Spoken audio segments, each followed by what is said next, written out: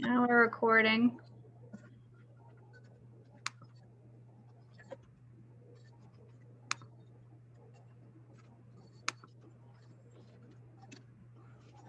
You should have it. I see I am now the host. All right. Thank Have you. a good meeting, guys. Appreciate it.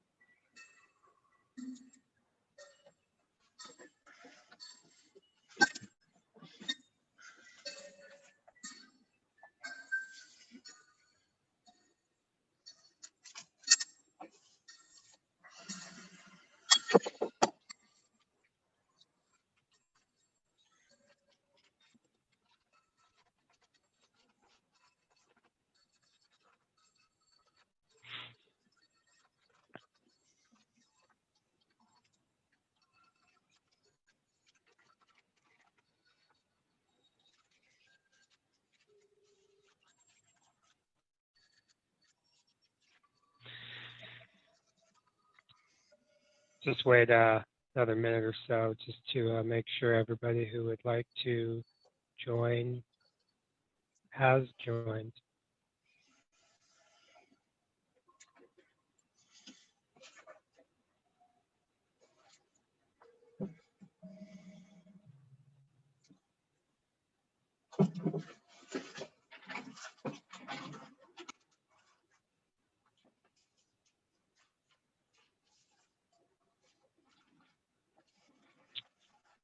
Okay, and people can join as we go too, so it's not like no one can join after we start. So it is February 11th, 2021, approximately 7:01 p.m. We have, I believe, scheduled a public hearing for a application. Typically, what we do in these public hearings is that we turn the meeting over to the applicant, and the applicant can present their information however they seem fit. And then we have a period of question and answer from any members of the public or members of the board who would like to ask questions.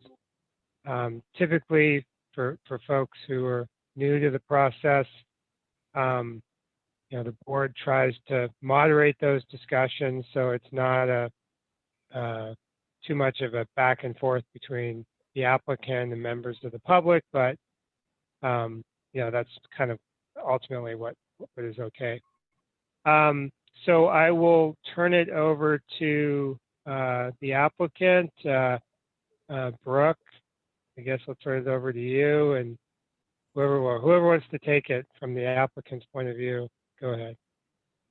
Okay, thank you very much, Strzok. It'll be Chad Allen from Long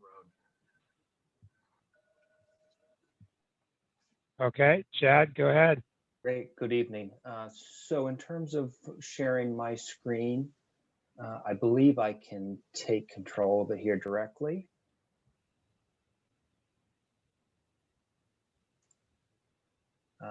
Let's see, I think you need to provide that access.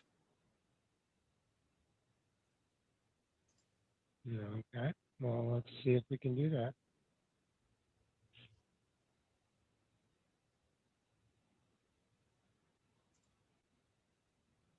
Can you do it now? I can do it now. Perfect. All right, so let's just get this set up and make sure that everybody can see it and that it's sized appropriately.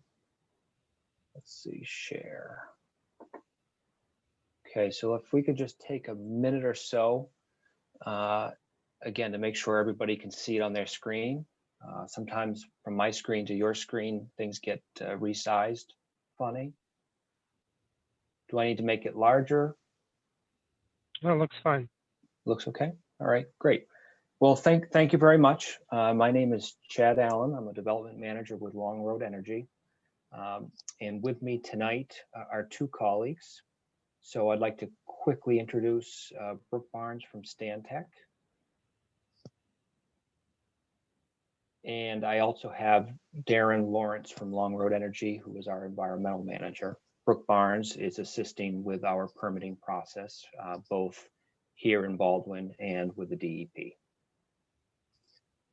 So with that, I'd like to just take you through a quick slide deck, and then I guess understanding your process from there, we'll take some questions and answers.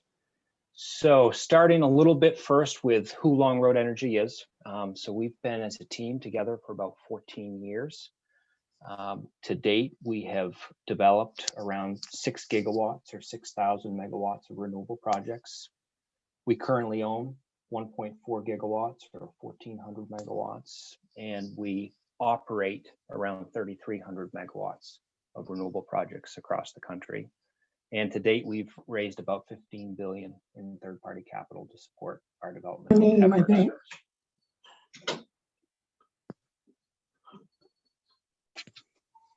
Just a quick snapshot as a company across the country. Here is Long Road. So again, we said that we operate around 3,300 megawatts of projects, and this gives you a snapshot. So we have still operating wind assets as well as solar. So in fourth quarter of last year, we brought online about 700 megawatts of additional solar, and we currently have over 600 megawatts in construction right now, primarily in 2 projects, one in Alabama, and one in Texas. Here in Maine, our team, so Long Road as a company has been in business since 2016. Prior to that, our company name was First Wind. So, and this team's been together since 2004. And here in the state, we have developed more solar or more renewables than any other developer. So we've brought online 650 megawatts to date.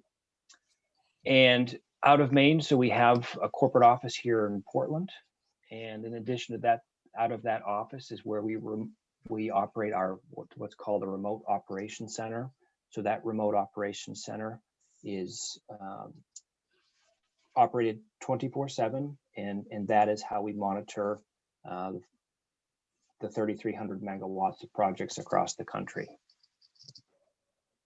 Currently in Maine, we have about 90 megawatts of distributed solar generation projects, which is that's what we call the project here we've brought forth to Baldwin. Distributed generation, meaning that it is interconnected at a distribution level.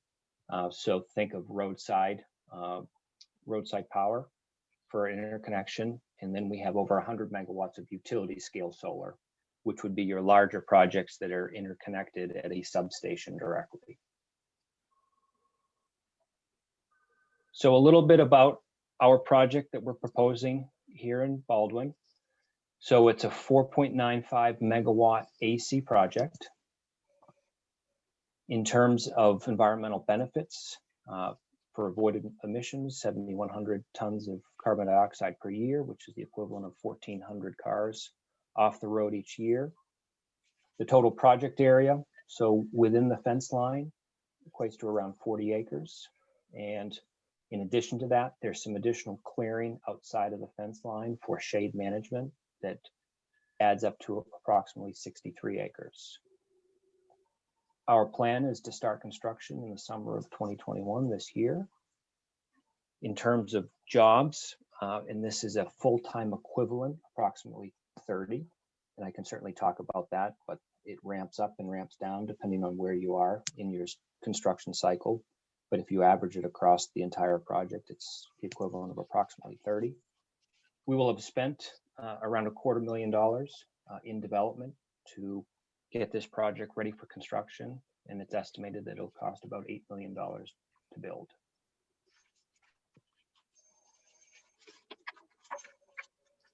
So what are the benefits to Baldwin?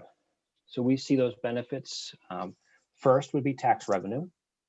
So Tax revenue as a function of the project based on the current mill rate. We estimate that will be in the tens of thousands of dollars per year and hundreds of thousands of dollars over the life of the project. We do not, so in addition to that tax benefit, the project will not require any town services in long term. So no school services, no fire, no police, or long-term use of town roads. What we do as a company in all of the communities that we operate projects in is we offer an annual contribution package, a community benefits package. And for our DG projects, it equates to $5,000 per year, $100,000 over the life of the project. And that's split between two different funds. One is a college scholarship fund, and the other half, we have proposed to move that towards child nutrition, like a full plate's full potential. Benefits to the state would be the jobs that are created to build this project and others, in addition to all of the services that support these projects through development, like Brooke, who's on here from Stantec Engineering, that helps us. In this project, so the power for this project is contracted with Bath Iron Works, right? So Bath Iron Works is the largest employer in the state, and this will help reduce their electric costs. It will allow them to remain competitive in a pretty competitive market, right? Bath Iron Works is competing with shipyards in the South, and the intent is to keep jobs here in Maine.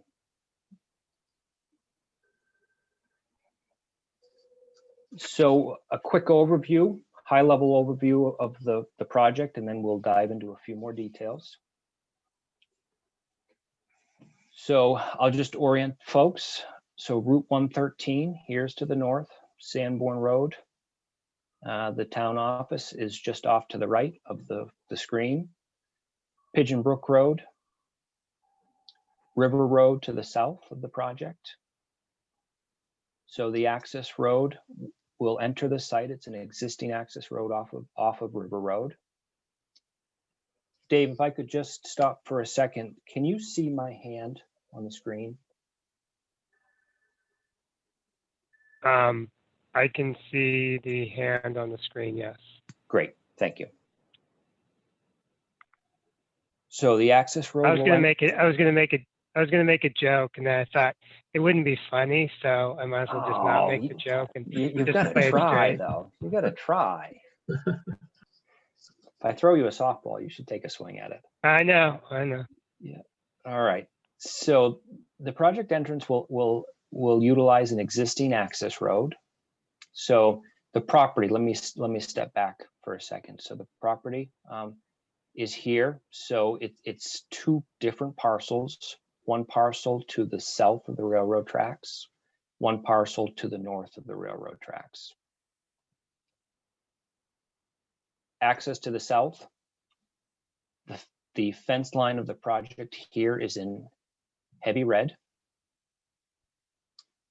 There'll be a short new access road that's in light blue that runs down the southern edge of the project.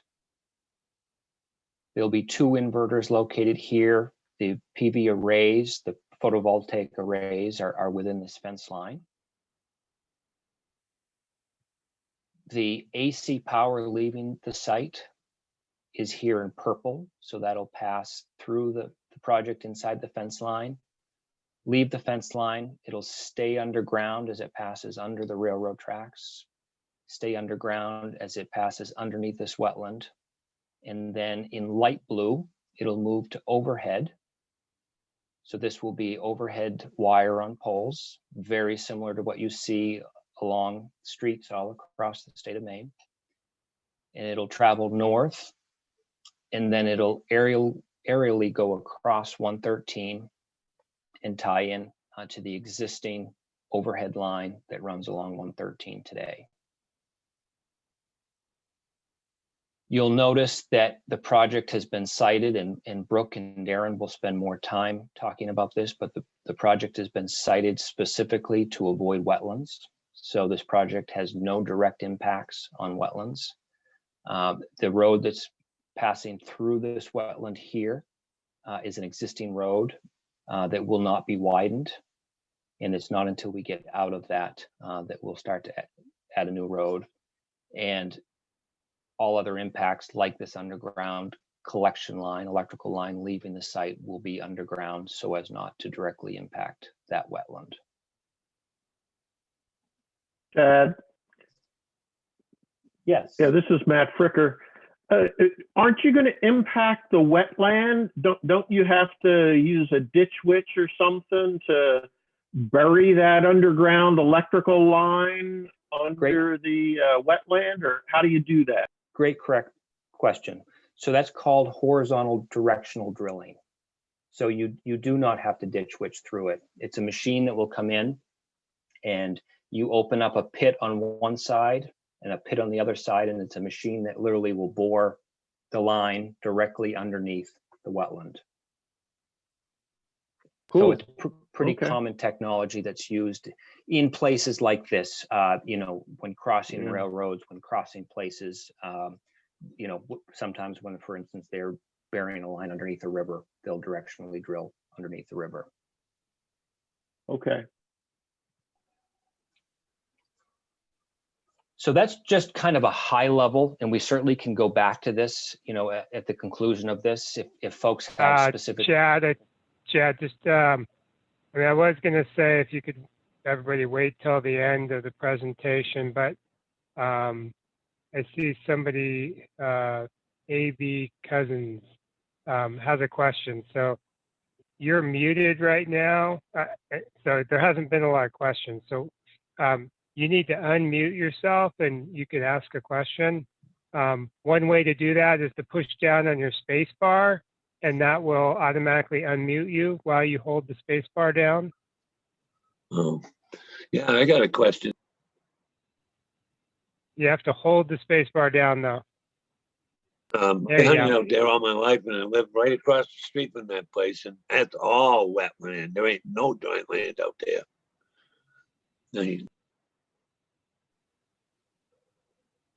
So Chad, maybe can you talk about that? When you use the word wetland, what are you talking about, and you know, what does that mean? Sure. So I think I'll turn this question over to Darren. Do you want to take a crack at answering this? Yeah, hey, good evening, everyone. I'm Darren Lawrence. I'm the Director of Permitting and Natural Resources here at Long Road for all of our projects. Really good question, and it really speaks to, you know, how we do the wetland delineations.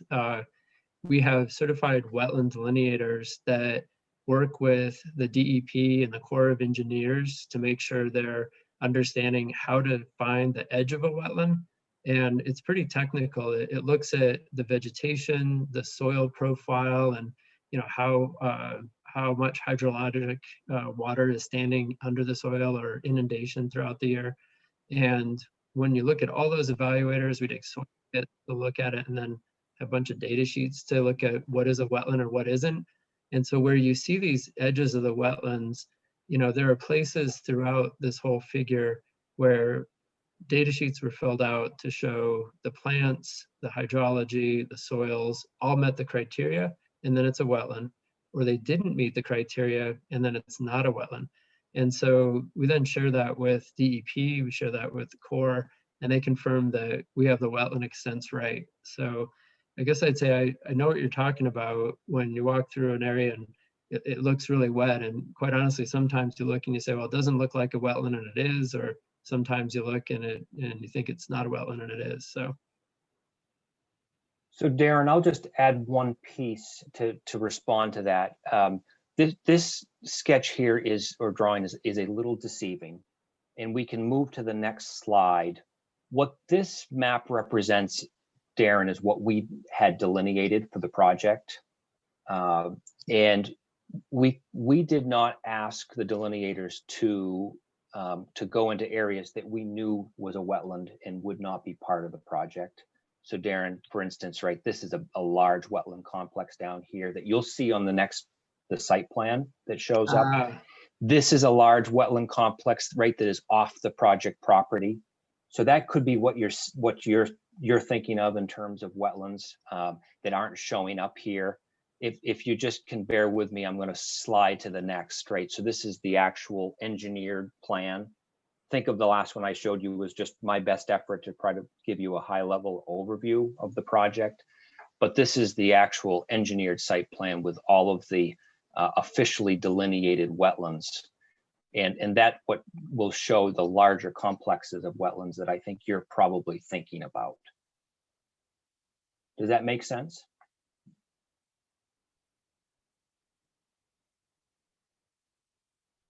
To me, it doesn't, the whole damn thing is a Red Brook Swamp, and it's where our water comes from. And if anything happens and the water stops, what would happen then? And what would it be on our taxes? Would our taxes go down or would they go up? Because we moved out here to be away from all this stuff and have low taxes.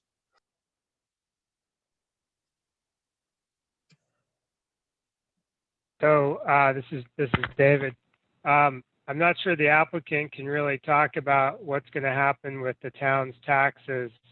You know, I think, and I'm the chair of the planning board. Just so you know who I'm, who's talking. As far as I know, the application and the building of all this is not costing the town anything, and that the applicant would provide some level of additional taxation to the town. So in that sense, somebody's providing some additional taxes to the town. You know, whether or not this ultimately costs the town any money in the future, I'm not sure we can really say one way or the other as we sit here today.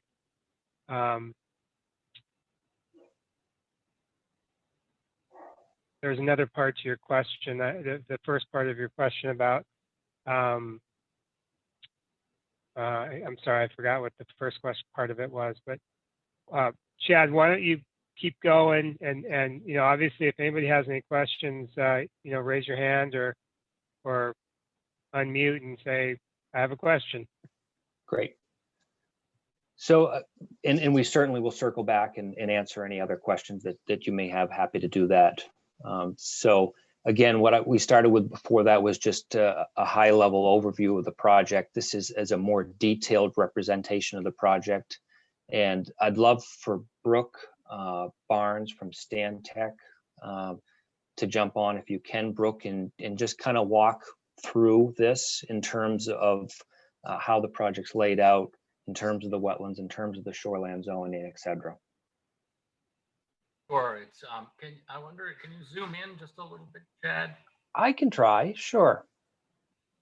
I know. Hey, you're a little soft, Brooke, so just make sure you keep your voice up. Okay, I will. Thank you. Brooke Barnes, I'm with Stantec Consulting in Topsom, and we're helping Long Road with this project at the permitting level. Thanks, Chad. That's good right there. So the goal for the project is to site so that they avoid and minimize natural resources. The first thing you do when you do that is go out and figure out where the natural resources are on a parcel. And in this case, you can see the wetlands are in blue and in purple. That's the constraints that the parcel has, and they try to fit what they're going to build within that without impacting those or minimizing the impact of those. In this case, when you come in off River Road in the lower portion there, that's, as Chad says, an existing access road that goes up and crosses those wetlands. The project design would not widen that to put any more fill in the wetlands. It would just put gravel on top of the existing road to make it firm enough for construction. And then it would swing up into the array area where the panels will be laid out. And the planning board may remember we walked up into that area where the Chad's hand is right now, and then we walked due north up into that area right there. That's the upland area that we walked up into when we did the site visit. As you keep coming in on the access road, you'll see that gray pad, that's a laydown area. When they're building everything, they're shuttling resources around on the site. So that's their interim storage area for those things. You go a little further, there's another pad where there's going to be an inverter, an electrical inverter. So the electricity is collected from the panels and goes to that inverter, and another one down on the far side. Those are located on pads. And there's a road that runs down between them. And the rest of it is the north-south orientation of the panels. And as you can see, they've sited it so that none of the panels, none of the access road, none of the laydown area is in or impacting any of the natural resources, the wetlands. There is some clearing in wetlands. Chad, maybe you can find little bits around the corner. And the wavy line you see there is the limit of clearing. That's where the trees will stop. And they have to have a cleared area so it doesn't shade the panels and cut down on electrical generation. So there's a limited amount of clearing of trees in wetlands, but none of it is a direct fill. And as Chad said, they've avoided any impact to the stream to the north there, by the north of the railroad tracks, by doing the directional drill under that area before they pop back up and run up to Route 113. Going back down to the entrance area by the panels, right there, you'll see that purple humpy line, and that's the limit of the town shoreland resource protection zone. And you can see that they've avoided all impacts to that resource protection zone, so that they're not clearing any trees or building any new roads or impacting that resource protection zone, which is built around the wetlands that are on the site. And likewise, back up to the stream crossing, the town has 100-foot setback for streams. So those blue dotted lines at where the hand is, and then the other one below it, are the limits of that 100-foot setback. And their design avoids all of that as well. One over So here. that's the nature of what goes into doing this siting.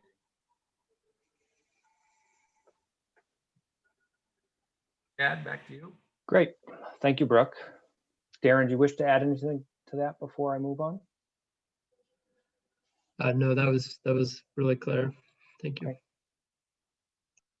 All right, I'm going to zoom out a little bit again. Let's see, so let's try that. All right, so moving on. So just a little primer in terms of the technology that Long Road utilizes on our projects, which is a little bit different than what you may see out there for most, a lot of projects that have been built to date. Think of this as like the next generation of solar. So in terms of the way that the project is laid out, so this here is what's called a photovoltaic module, PV module. They sit, I'm going to move my hand over, they sit here on what is called the racking, and so this is one long tube. And the technology here is what's called a single axis tracker. And so these modules will rotate pivot around that point, and they will move and they will track the sun. So they're oriented in a northerly to southerly position, and they will pivot from an easterly direction to a westerly direction. So as the sun passes over in the horizon, they will very slowly over the course of a day just move ever so slightly to track the sun. And what that allows is for an increase in production, energy production. So it's about 15% more than fixed tilt technology, which is what you probably have seen if you've seen, some of the earlier generation projects. The project that was just currently completed in Baldwin, where the modules sit at a fixed angle and they don't move. So that's called fixed tilt. Long Road utilizes a single axis tracker technology to increase the amount of production. The modules that Long Road utilizes are manufactured, it's an American manufacturer called First Solar. So this is a Series 6 module, and they'll range from 435 to 445 watts, just depending on the production cycle of when they're coming out. They're continuing to improve the technology every year, every 6 months, they just continue to get stronger and more powerful. And so this project will have a combination of 2 different runs of that power output. The inverters, which is the photo here to the south. So if you recall, Brooke pointed us to 2 locations on the project that would have an inverter skid on it. And so we'll have 2 of those in this project. The technology that we're utilizing is, the company's name is T-Mike, and the particular name of it is Solar Wheel Ninja. And what this does is the actual power that's generated from a module is generated in direct current, DC current. The power that runs along the street or into our houses is alternating current, or AC. The primary purpose of an inverter is to take all of that direct current or DC current power that's generated from the modules and convert it to alternating current, or AC, that can then be exported to the grid. Also included on this skid is a step-up transformer that will take the voltage, so the DC voltage that's converted to AC voltage then needs to be stepped up in voltage to meet the voltage that's at the street. All of this will be monitored from our remote operations center in Portland. So that's a 24/7 remote operating facility. And the technology here is meant so that it is through what's called a SCADA system, supervisory controls and data acquisition, that collects all the data that this facility is generating. So that includes weather, that includes specific equipment operation, it includes plant operation, it includes all of the safety mechanisms that are in place to ensure that it's operating reliably and safely. And all of that data gets sent to a remote operations center where an operator is watching, making sure that it's functioning properly and safely. And from that facility, they have the ability and capability to perform certain functions on site without actually having to go on site. And so that's, the remote stop and start and some specific tracker operations that they can do remotely. Brooke, I'm going to turn it back to you. If you could want to just walk through the town permitting, what our application includes and addresses.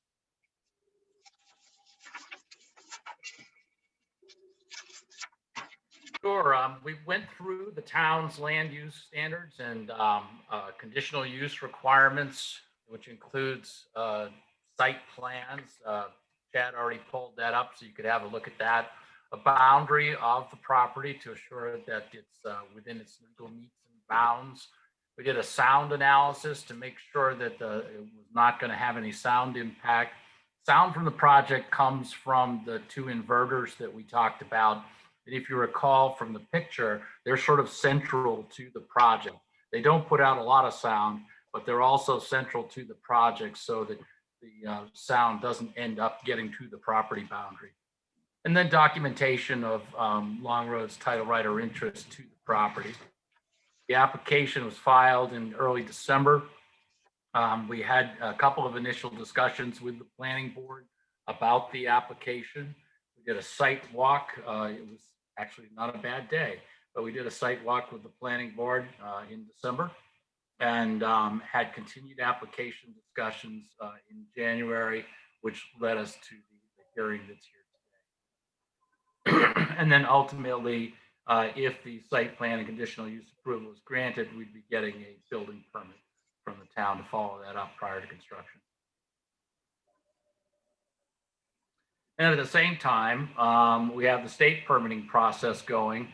Because of the size of this project, it needs a site location of development approval, and that covers everything from visual to wetlands to wildlife, historic and cultural resources, looks at the soils on the site, sound, make sure that Longroad has the financial capacity to build and operate the site, has the technical ability, does a full stormwater calculation and evaluation of stormwater management, decommissioning of the project, to be a bond in place so that if the project is eventually decommissioned, that would be Long Road and the bond that would be picking up the cost, and not the town of Baldwin or taxpayers.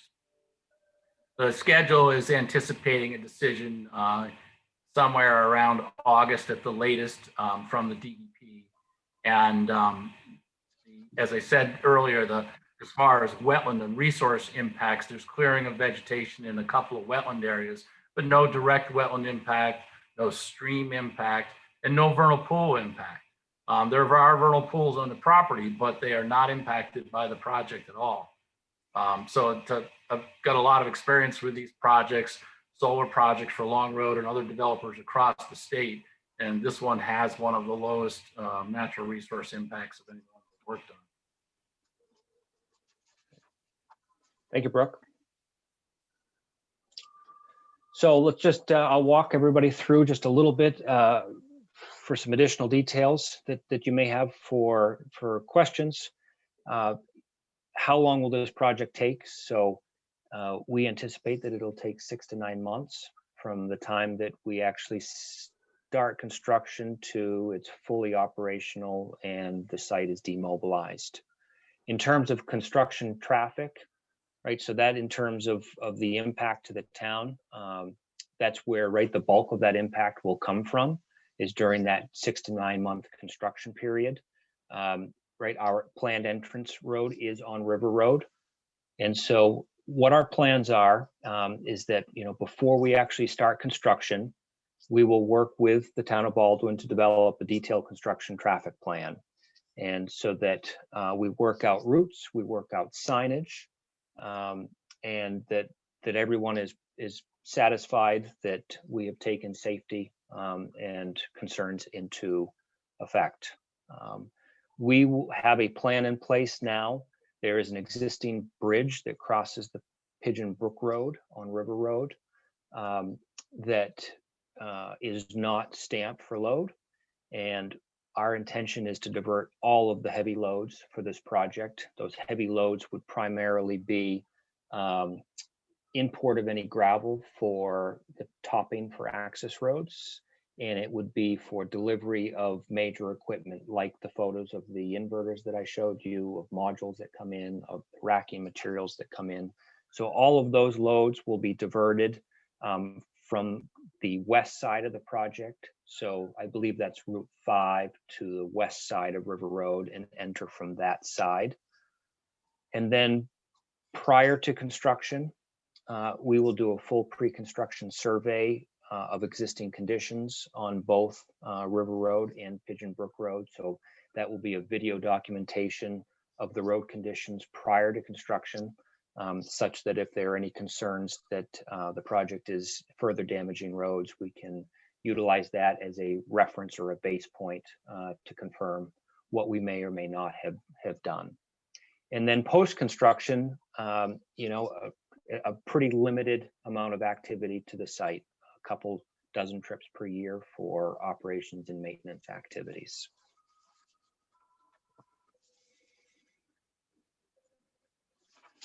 So we'd hope to address a couple of health and safety items related to this project. So the first one is around the photovoltaic or PV modules. And for this, I'm going to turn it over to Darren. Yeah, thanks, Chad. And I think actually right away, I'm going to ask Chad if you could scroll back to slide 9. And I apologize for not putting a figure on slide 13 to look at, but I thought it might help to look at a photo here on the top left of the panels. I understand there's been a concern about the use of cadmium telluride in the panels and the potential for a release to the environment. So I wanted to spend just a couple of minutes going through that specific risk. We've really looked at this very closely. The first thing I'd just say is that, you know, as Long Roaders, our goal is to operate, and we're operating more than 4 million of these panels across the country right now. We want these to operate and collect electrons and send them to the grid as efficiently as possible. So if there is a breakage, you know, we go and we find out and we replace the panels as soon as we find out. we have at our remote operating center that Chad mentioned earlier, the ability to see if there's a fault. And if there's a fault, then we find out there's a panel out. And at that point, we make plans to make that replacement. So to start out with, our goal is to make sure all these panels are producing electricity. What I want to then maybe delve into a little bit more is that if you think about these panels here and were to take one apart, they're a really, really strong glass on both sides. And sandwiched in the very middle is this really thin electrical conductor where the conductor has some cadmium telluride embedded in it. It's thinner than a piece of saran wrap.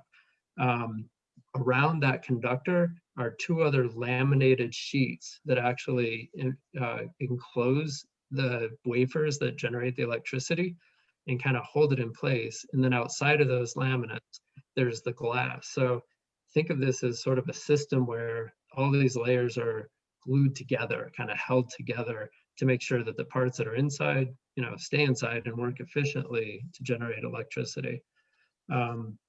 What we are finding and what we're expecting is there's going to be about 12,000 modules out at this site. I've worked with my operations team just to go over like how often do these panels break, and he tells me typically somewhere between maybe 0 and 5 of the panels could get a crack in them in any given year.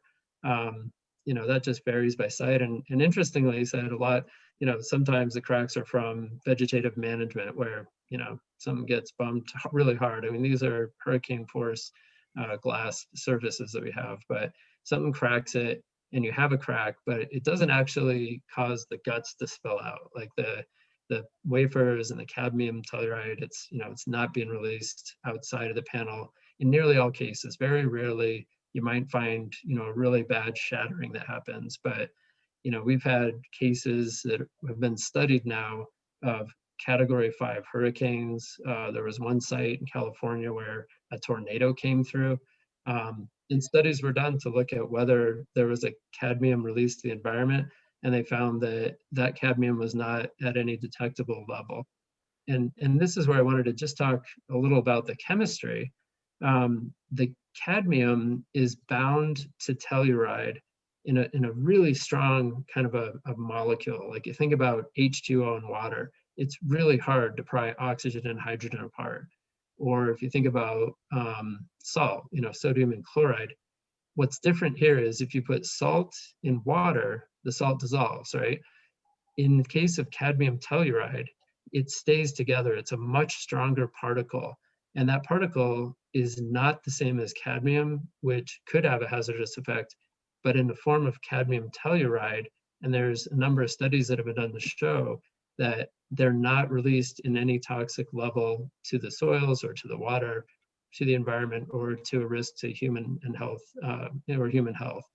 One of the things I guess I just add on top of that is that this cadmium that might be in there, or that if it could be released, is at lower levels than you'll find in background levels of cadmium in soils in Maine right now. So I looked at some research papers that showed cadmium levels in soils, even cadmium levels in some of the crops that are grown. They're all actually at higher levels than what you would see if you were to have a panel break and to see cadmium released to the environment in that cadmium telluride bound particle. So I just want to spend a little time going through that to say that, again, we're operating these sites all over the country. The whole industry has, on the order of hundreds of millions of panels out there operating now, and nowhere is anyone finding any sort of issue around cadmium releases to the environment. So that's what I've got, Chad. If you can go back to 13 then. And actually, we can go on. I think I'll give it back to you for the next slide. Great. This is Wes. Yes, please, Wes. I have some questions later on, come back to this. So I won't interrupt this right now, so keep going. Great. So we've also had some questions asked of us regarding radio frequency interference. And so for this, we also dove in and just tried to understand a little bit about the potential impacts of this project and impacts to radio frequency interference. And what we have found for our research is that we do not anticipate any impacts. And that's largely driven by the project distance and the topography from any existing road structures or known transmitter locations. And I'll flip to a map here following. In addition to that, we followed up with the inverter manufacturer, and they came back and assured us that that these are constructed and compliant with FCC requirements for radiated emissions. They are UL listed, that the inverter switching frequency, which would be where the potential interference could come from, is well below ham radio bands. And within that, there's a very particular, this 50th harmonic of that switching frequency is well below 1 megahertz. So in the manufacturer, it's TMEIC, T-Mike, has never heard of an issue on one of their projects with causing radio interference. Again, a quick map here. So all ham radio licenses or must be listed and licensed with the FCC. Those are publicly available. So what we did here is we just identified, there are 4 in the towns of East and West Baldwin. We mapped the location of those locations. And right at the bottom, and I can blow this up a little bit. I caught you, Mr. Strock, squinting. So here, let's blow that up. So you'll see Just trying to figure out exactly who each one of these people are. Like, I know 2 out of the 4. I have the names written down somewhere, but it's publicly available. They all have to be listed. So you'll see, right, there's a cluster here of 3. And those are primarily protected. The closest is 3.8 miles away. The furthest is 5.1 miles away. And there's the Saddleback Hill topography right here that prevents that radio interference from the site. And then there's one more in East Baldwin here that's 5.4 miles away. And again, there's topography in between unnamed hills that prevent that line of sight interference with the project. In terms of distance of inverters from roads and structures, so here to the southwest of the project, this is an 1,800-foot radius from this inverter and this inverter.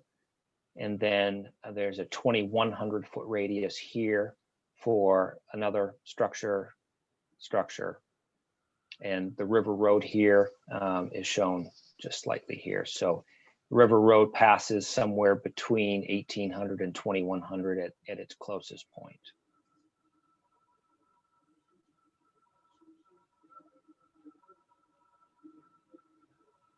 Continuing on with health and safety. So in terms of public access, so this project will be fully surrounded by a perimeter fence. That fence has to comply with National Electric Code for safety of operating facilities. It will be locked 100% of the time, except for passage through the access road. Who will have access? Only those that are trained and qualified to enter the facility. So those would be Long Road employees or our designees for doing operations and maintenance. In addition to that, there will be what's called a Knox box on that will allow entry for fire and EMS in the case of emergency. Surrounding the fence will be safety signage, again, in accordance with National Electric Code that identifies the potential risks involved and the fact that no unauthorized personnel can enter the facility. There was a question asked about insurance, what insurances will be in place. And so there's really 2 different phases of that. So there's a construction phase and then there's an operations phase. And so for both of those phases, we will acquire, so during construction, it's called a builder's all risk policy. And during operation, it's called an operational all risk policy. And those policies cover property damage, business interruption, general liability, pollution, auto liability, personal injury. And then depending on the particular underwriters, so think of the financial community, sometimes they will put, the lenders, they will put additional constraints on these projects, depending on the value of it, the location, any particular risks associated with it. And so it's traditional industry best practices, and they're tailored by project for each project. Brooke mentioned it earlier, but in terms of, the risk to the town of Baldwin, if, for instance, right, Long Road goes away, what happens to this facility? And so as part of the main DEP, Department of Environmental Protection, permit that the project would receive if successful for this project, we will be required to carry a bond for the full value of decommissioning, right, which means removal of the project from the site. The cost of those cannot be estimated by us. It needs to be a third party, professional engineer that prepares those estimates and are submitted to DEP. And every 5 years, we will be required to update those costs and maintain that bond for the full duration of the operational existence of the facility.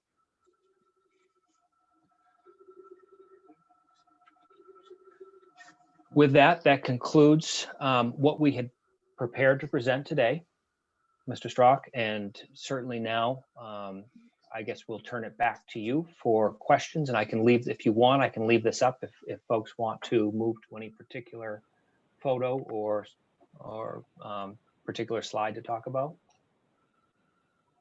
Sure. Well, thank you for the presentation.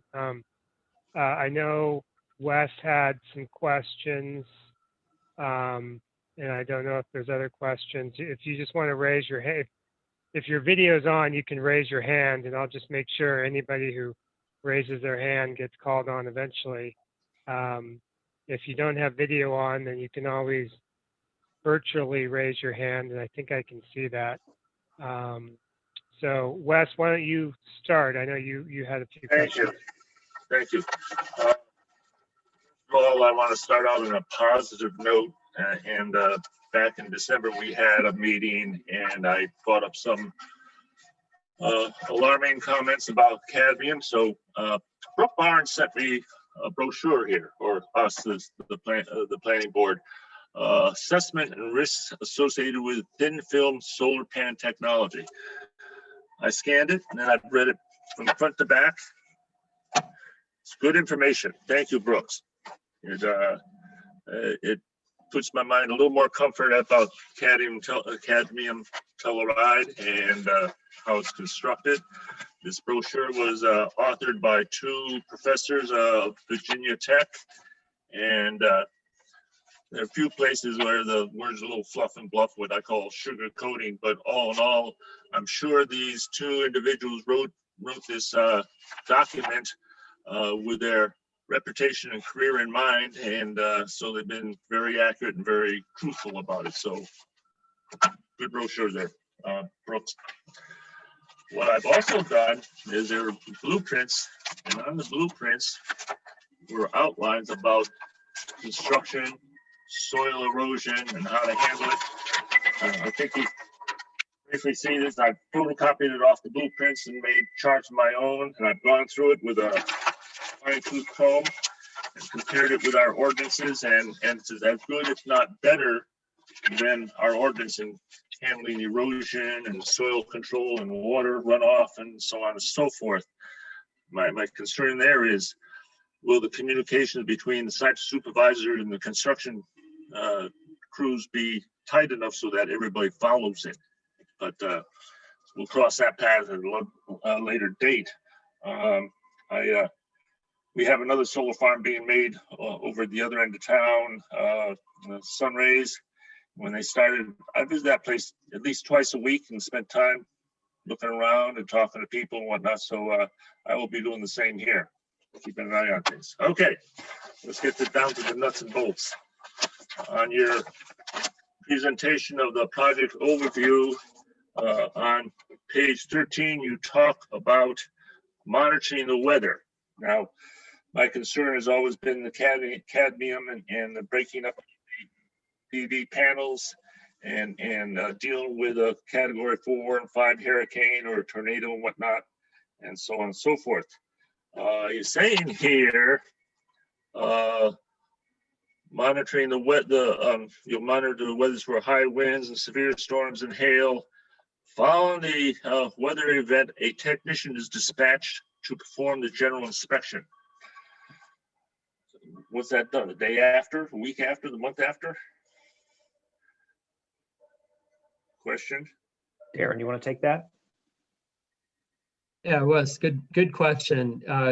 Our operating center, again, the one in Portland, Maine, is watching the weather, and it's really looking for severe events. I'd add in that we're looking for faults in the production too, in order to determine whether there was a severe event that might have also led to any damage. So, you know, we see lots of storms going through, right? We're operating, as you saw on that map, a lot of sites up in Maine. We don't dispatch someone for every storm that comes through because most of those storms don't cause any damage. You know, we've cleared these areas around the panels, so they're clear of trees, they're free of, you know, any falling debris or anything nearby. I understand that, but say you're watching the weather 3 days ahead before it comes, and you know it's going to be a big hurricane or there's a threat of tornado and whatnot, and then it hits for a day or two. So you've had 3 to 5 days preparing. Do you get the technician out there right after there? What I'm trying to avoid is not having a lot of broken panels laying around for 3 to 5 weeks before anybody appears and does anything. So how do you handle it?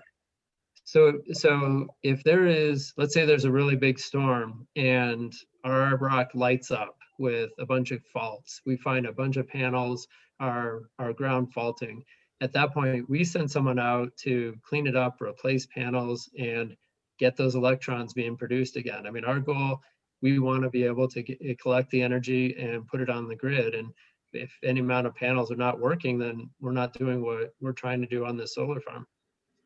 How fast can you clean up 1,000 panels? Well, we've never had 1,000 panels go out at any site, no matter how big. And we've got some sites with 1 million panels on them, you know, really big, like 300 megawatt sites. So we have panels that are ready to be replaced. So we generally have those available. And I can't give like the exact number of days out, but I'll just say, if we found faults, then, you know, our cycle time is to get out there within, I want to say within 2 weeks. And then we'd be able to clean up and replace those panels. But it really is a judgment call from our operating center just to determine, well, how many faults were there? How serious was it? You know, we're going to want to, again, replace them quickly, but there's a cost to these visits, and it's a significant cost because one of the cool things about solar is they don't really require a lot of babysitting, a lot of people to watch them. When we do see faults, we do want to get out there and replace the panels and get it working again. In view that you have not experienced a catastrophic event yet, I'm not going to expect a hardcore answer, but I've done a little arithmetic, so let me relate to you what I'm thinking. Out of 16,000 panels, let's say you have 3,000 get destroyed. How are you going to get them out of there? Okay, I know panels 3 foot by 5 foot, and with the aluminum frame on, it's about 1 inch thick. A 50-foot tractor trailer will hold 2,000 of those. 2,000 is too heavy.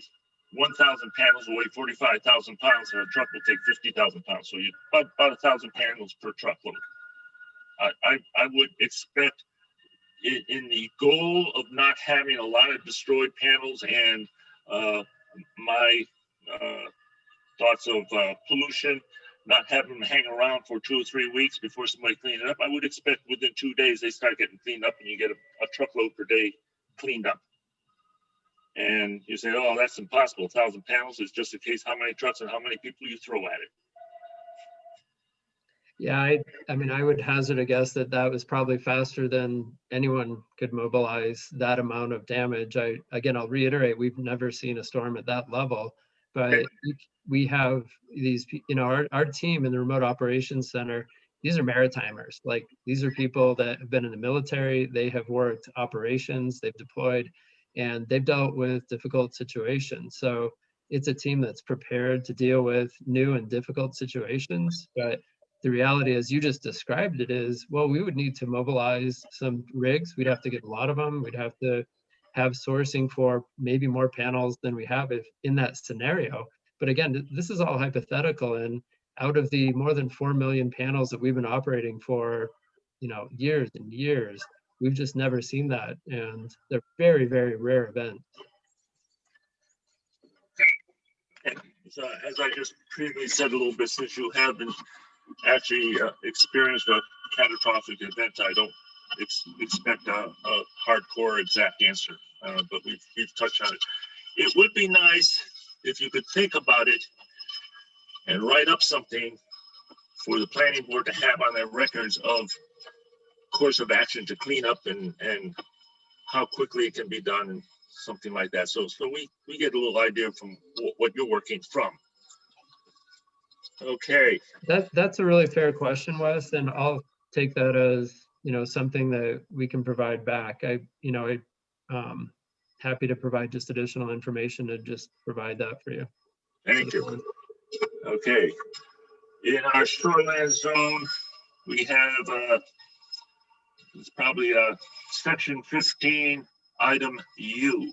It's called water quality. On my page, it's page 30. Somebody else has the shoreline. It might be 29 or 31. It might be item T rather than U. The water quality reads, in short, no activity shall deposit on or into the ground or discharge to the waters of the state any pollutant that by itself or in combination with other activities or substances will impair designated uses of the water, classification of the water bodies, tributary streams, and wetlands. Okay, I've gone through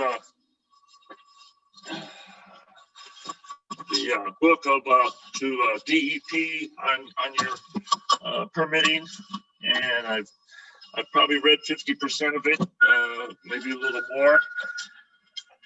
And the only thing you have about pollution is about 3 sentences of refueling trucks or maintenance in oil and fluids to equipment machines. That is it.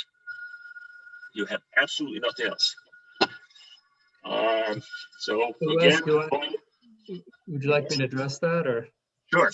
Yeah, the way we handle all of our projects, and again, I make sure this happens on every project, is we develop an SPCC plan, or spill prevention, control, and countermeasure plan, that is in accordance with state and federal requirements for any hazardous waste control and handling. And that also includes protections around inverters to make sure, should there be a spill, they're contained within a basin that is under each inverter, or if there's a release to the ground, that we clean that up and we go through the proper reporting with DEP. These sites have very minimal hazardous waste. There's no big tanks. We don't have big drums. We don't have diesel or gas on site. The hazardous waste is contained and fairly limited.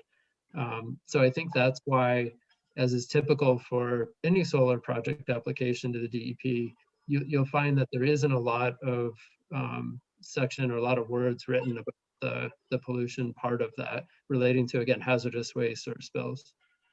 Darren, if I could just add to that, and perhaps Brooke wants to add in as well. Yeah, David, please. Yeah. Wes, I would encourage you, you've probably seen it, but there were a lot of very small words, but if you look at the site plans, and it's, I'd have to pull it up, but it's probably the 3rd or 4th page in the site plans, where will be the construction notes from the engineer. That's where it references a lot of the expectations and requirements of the contractor and of us during construction. So, Darren, for instance, mentioned the SPCC. You're going to see in there reference for the SWIP, Stormwater Pollution Prevention Plan, that needs to be developed. And in addition to that, it provides all of the construction sequencing and details required during construction to ensure that the pollution is taken into account. So. I've scanned it a little bit and I like your answers. The more reading I did, the more I realized that the panels are not subject to too much breakage or misuse during construction. So the risk of that is very little anyhow. Okay, let's So Wes, just for a second, I know you have a lot of questions, but I don't want, I want other people just to have a chance. So I want to pause your questions. We'll come back. Don't worry. It's not the end. But I see we've got some other folks, the Libbies, and AB Cousins. And, you know, there's other people too, obviously, but I saw the gentleman from AB Cousins wanted to ask a question, so I wanted to give him a chance. Yeah, very, very good. I think that would be good because while we're on this subject, let's not jump around onto other things. I can come back later. That's good. I'm with you. Perfect. And board members, if you have questions, obviously too. I tend to wait till the end to ask questions, but AB Cousins, you had a question. The floor is yours. Okay, I got only a few questions. I like Wes there. If anything happens, I hope he's the leader of us. Anyways, I want to know about our land value, about our taxes, and about the noise, and if there's any medical problems, any damage to the cars, and water damage, and the jobs. If these jobs, are they going to be local people, or are they going to come in from out of state? All right, so let me make sure I've got your list. And again, sir, your name, just so I know. What is your name, sir? Mark Pelletier. Okay, Mr. Pelletier, great, thank you. So I'll take my best shot. I made some notes here, and I may not have gotten all of them towards the end. So if I miss some, feel free to ask a few more. So you asked about land value, was the first one that you asked about. So there have been studies done across the country of impacts of solar on property value. And, you know, those studies have shown that it does not impact property value in a negative way. I think this project is really unique in that it is entirely surrounded by existing vegetation and will not be seen from any abutting properties or from the river road. And so generally what people think about in terms of impacts to their property value is the visual degradation of a particular property. And that visual degradation is right due to what is changed in the scenery as a function of that project. This project, again, going back to one of the slides I showed earlier, is a minimum of 1,800 feet away from any given structure. And between that is existing vegetation, right? The woods that you see today, separating between those properties and the project. And so it will not be seen from abutting properties. And therefore, I think it further strengthens the fact that even though, you know, studies have been done across the country that don't show a negative impact to property values, oftentimes those studies are done for projects that have some form of a visual change relative to those properties. This one should not have a change in any properties because it's buried 1,800 feet off of River Road and surrounded by existing vegetation. Do you want me to stop there before I go on to the next one?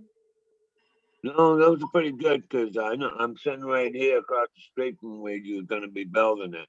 And I know how far in you are going. You're going into the land, and when you're coming in from the west side, there's another gate up the street. You can go in and get there a lot quicker than going down to the gate that's down the street where you guys were parked before, going in with all your surveying equipment. Mm-hmm.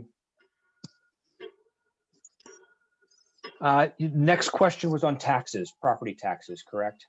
Yeah, I was wondering if they were going to go up and down, up or down. Sure.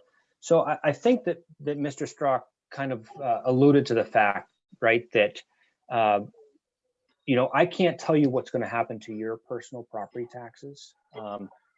You know, and even at this point, in terms of the property taxes that the project will pay to the town is a little nebulous, right? And I say that because it comes down to some things that just are to be determined, right? So yes, at this point in time, we can estimate the construction costs, but it really comes down to a combination of the assessed value, right? Which is typically a process that occurs after the facility is constructed.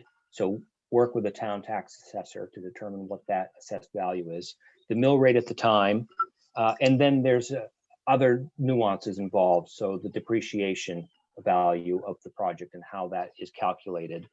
And then on top of that, so this project, right, in full disclosure, in the way that these distributed generation projects are, there's a certain component of them that are tax exempt. There's a certain component that the state refunds the town for some lost revenues.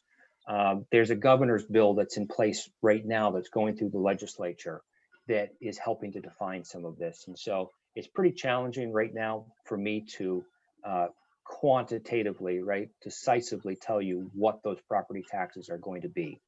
I think that qualitatively we can say, right, over the course of the life of this project, you know, it should be in the order of magnitude of tens of thousands of dollars per year over the life of the project, and that tax revenue will not require any town services, right, which would be a counter to that income coming in, because it will not require any school services, fire, or road services.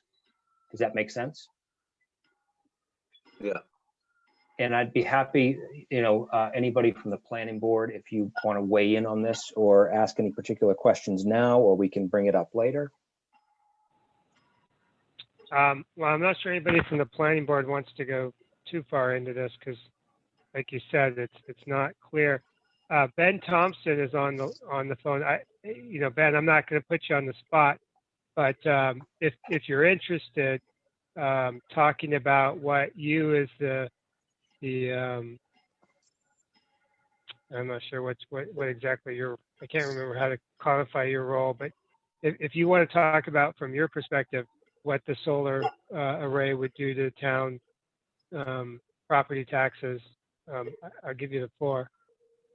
Well, I appreciate that. I won't go down that road right now. And so far, what I will say is I have not heard anything incorrect or anything that I would challenge. How's that?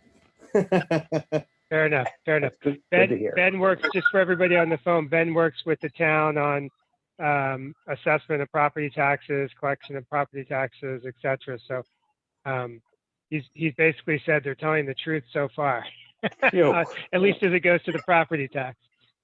See, and that was a good political answer. All right. Thank you. You had your next question, Mr. Pelletier, was on noise. And for that, if Brooke Barnes, if you're still on, in terms of what we need to submit to the DEP in the study that was created.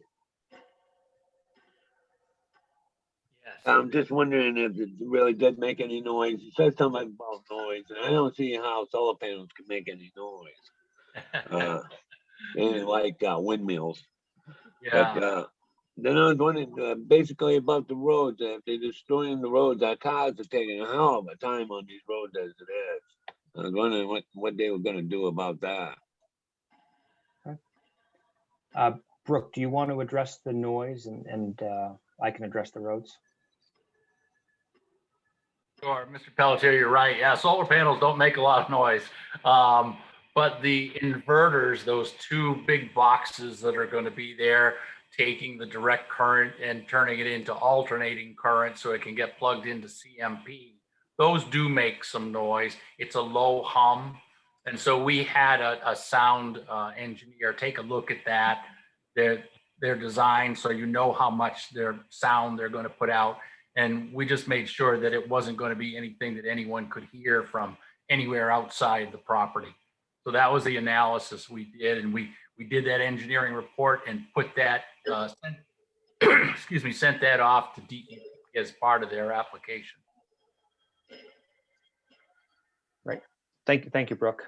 So in terms of roads, Mr. Pelletier, so again, the largest use of roads from this project would be during construction. We talked about it a little bit, right? So there were some questions raised and some concerns about utilizing the section of River Road to the east that has the bridge crossing with heavy traffic and potentially damage there. And so, we intend to route traffic the other way, the heavy loads the other way for that. And, prior to the start of construction, so we will do a complete pre-construction survey of the roads, the existing conditions. And, that will help assess that if we do further damage to the roads, I think it's, fully expected that we would make those repairs due to damages that we have caused.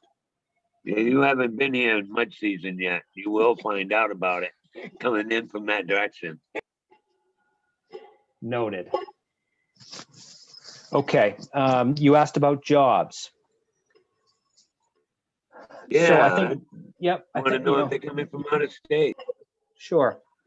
Well, what I can tell you, right, is that I can't promise you, or I can't commit anything to you right today. That would be disingenuous of me.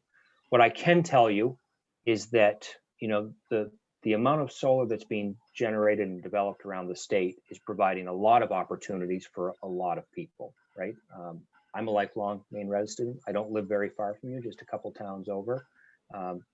In terms of construction, right, we ultimately need to find a firm that can come in and that has the experience to build the project. Now, that firm has not been selected yet. And those typical firms are going to reach out. They often don't do it all themselves, right? So they reach out to subcontractors depending on what the specialty is, and it filters down. And what I can tell you qualitatively is it is cheapest, from a least cost to a project to hire as many local people as you can. And I am aware that a lot of the contractors, right, that build projects will do their very best to provide opportunities for some of that support. But for me to tell you right now to make a commitment or, a quantitative guess would be very hard for me. And then likewise, moving into the operations, there's often things, right, that again are better served the closer the individual is. So, we referenced that, there is an ongoing, the permit allows a maximum of twice per year that the facility is mowed to keep the vegetation down from shading. Right, those are all contracts that during operations and maintenance team will have to find and fill those roles to service the project. In terms of the overall quantity, the majority of folks that build these projects kind of go in phases, right? So the first phase is the civil work. So the tree clearing and, the grading work and building the roads and the pads. Then you move into the racking installation. That's the structural supports for the modules. That's a pretty specialized type of work in terms of the equipment to install pile. But often what they do is they'll filter in, right? So they bring in folks that are highly specialized and experienced to lead. And then they look for some support, whether, as local as they can find to help with the additional craft people on site to do that. And then the largest, heaviest load on these projects is licensed electricians.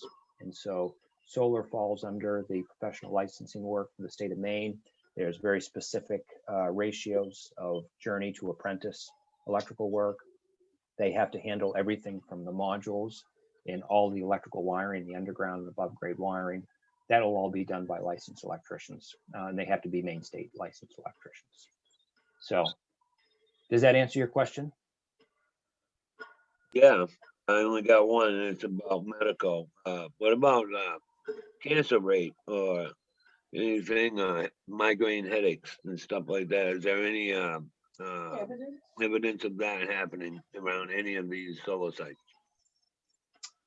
Great question. I am not aware. Darren, Brooke, do you want to weigh in?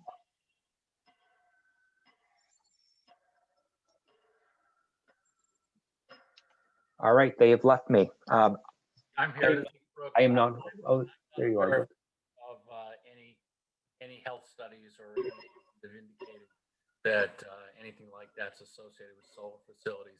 As I think both Darren and Chad said, they just kind of sit there. They don't do much. There's not much that happens at a solar facility.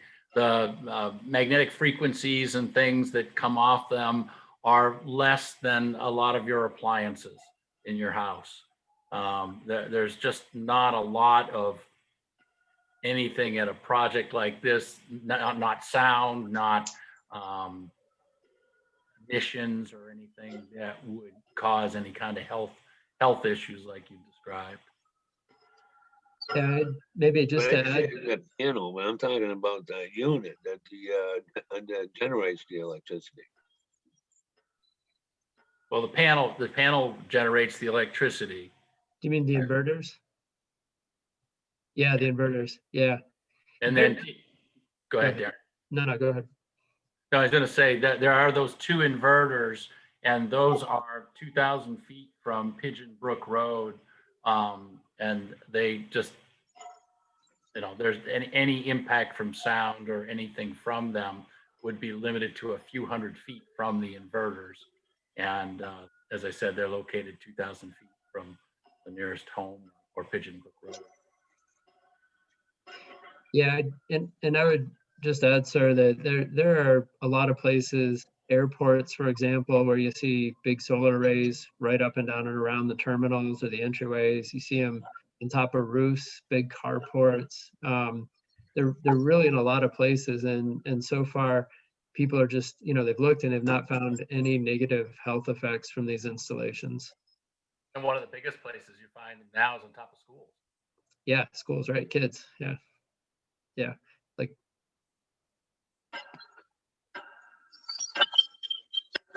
Right, thanks, guys.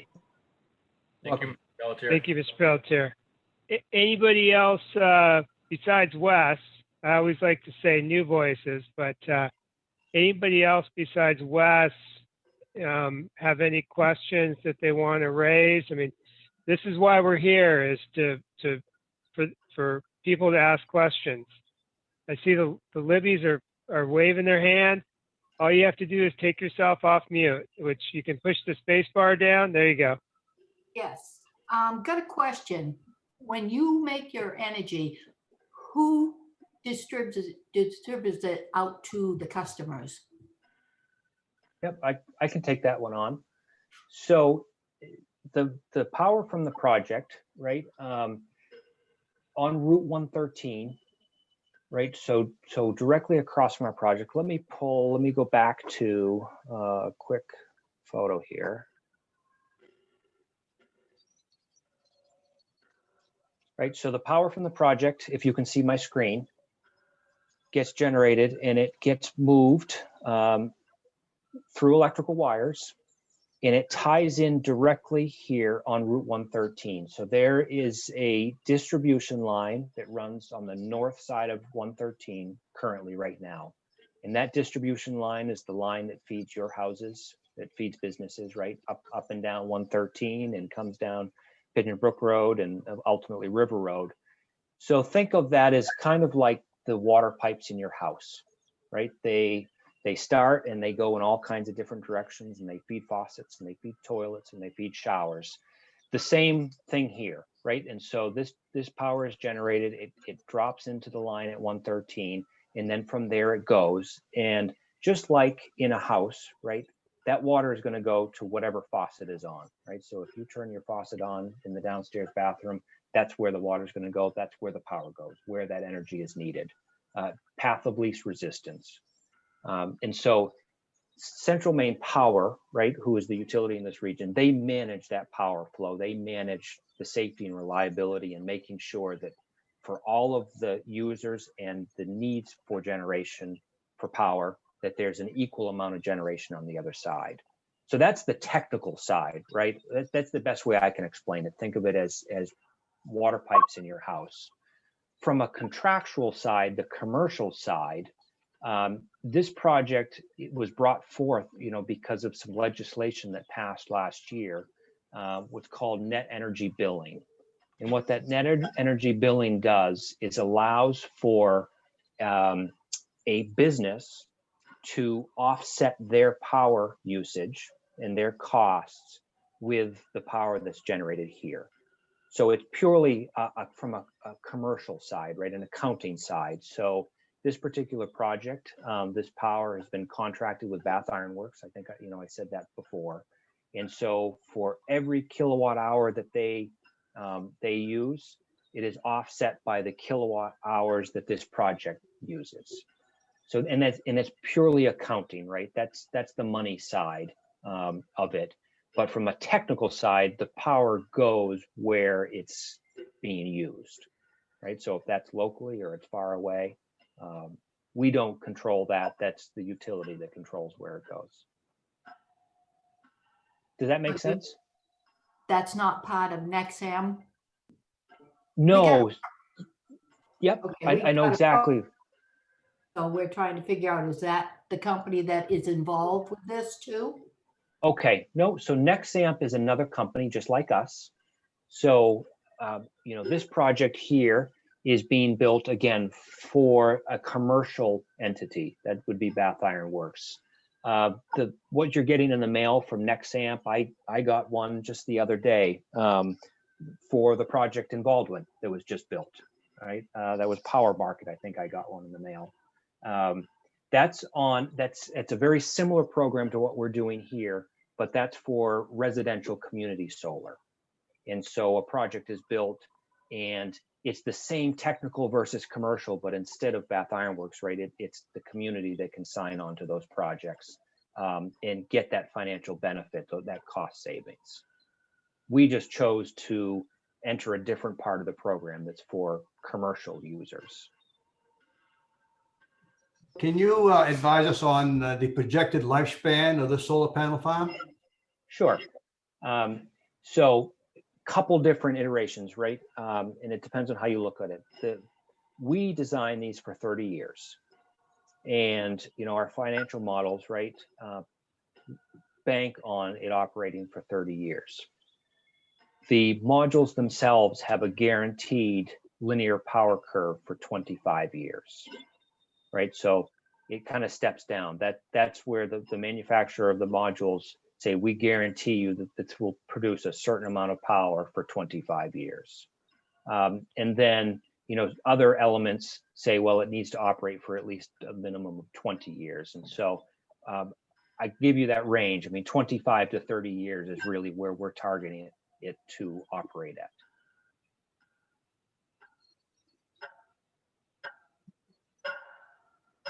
This project then would be only for commercial businesses only?